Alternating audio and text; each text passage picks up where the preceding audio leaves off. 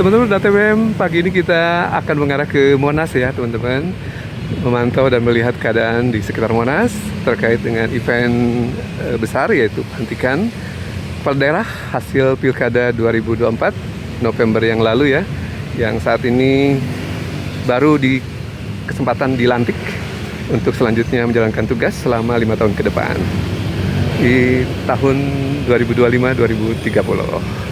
Di beberapa baliho sudah muncul ucapan selamat videotron ya, terutama untuk Pramdul yang akan mengemban 5 tahun ke depan di pemerintahan daerah khusus Jakarta. Nah, sudah terlihat ya teman-teman, Pramdul, Pak Pramono Anung Rano Karno, yang merupakan gubernur dan wakil gubernur terpilih Pilkada 2024 lalu.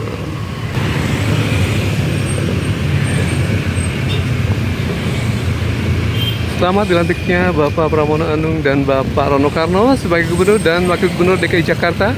Masih DKI Jakarta teman-teman. Periode 2025-2030. Jadi enggak sih sebenarnya pindah ke IKN? Sementara anggaran IKN dikabarkan sempat diblokir dan usulan-usulan anggaran baru belum mendapat respon yang positif dari Kemenke dan pemerintahan pusat ya teman-teman. Jadi mangkrak nih IKN. Jadi enggak sih pindah ke IKN. Jadi banyak hal negatif yang terkait dengan isu ini ya teman-teman. Karena di musim hujan ini dikabarkan juga beberapa titik di Bandara IKN yang sedang dibangun juga terkena banjir ya teman-teman. Dan dikabarkan para pekerja bersiap-siap untuk hangout, untuk cabut ya maksud saya, dari lokasi dengan isu keberlangsungan dana atau anggaran dari IKN sendiri yang masih dipertanyakan atau belum jelas.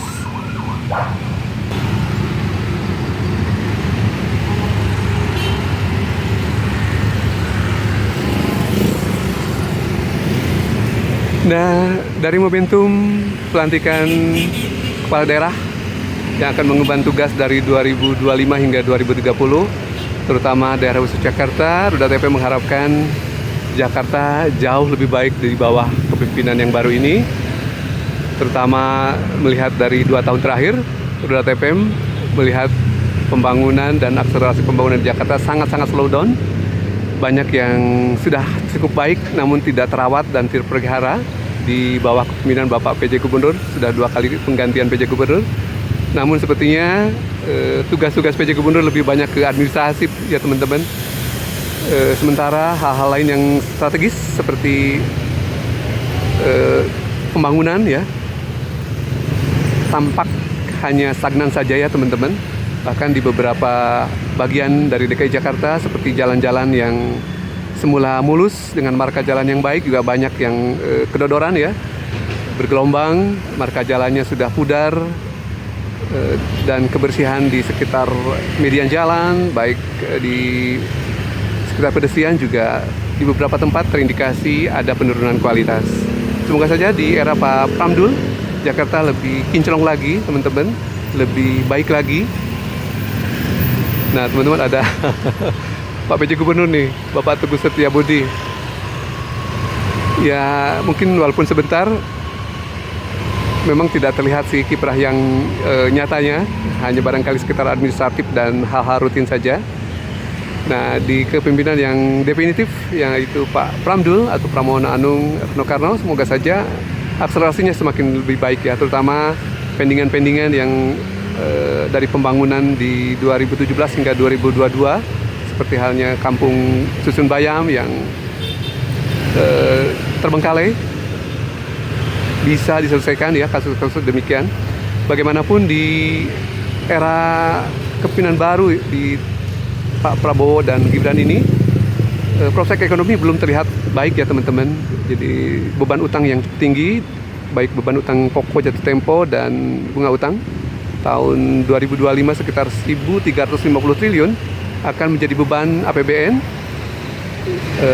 Oleh karenanya banyak sekali efisiensi di berbagai sektor yang direfocusing ke program-program yang menjadi unggulan Prabowo Gibran. Nah, ini akan sangat berpengaruh teman-teman pastinya akan banyak terdampak pada pengurangan pegawai di berbagai kementerian dan lembaga yang merupakan mungkin honorer atau petugas harian ya teman-teman, harian lepas. Semestinya dengan pengurangan anggaran besar kemungkinan akan terdampak juga teman-teman ya. Nah, ini menjadi tantangan bagi pemerintah daerah DKI Jakarta, di mana salah satu yang menjadi penyebabnya adalah pemotongan anggaran dari transfer daerah dari pusat ke daerah sebesar 50%, dan termasuk juga barangkali ke Pemprov DKI Jakarta ya teman-teman.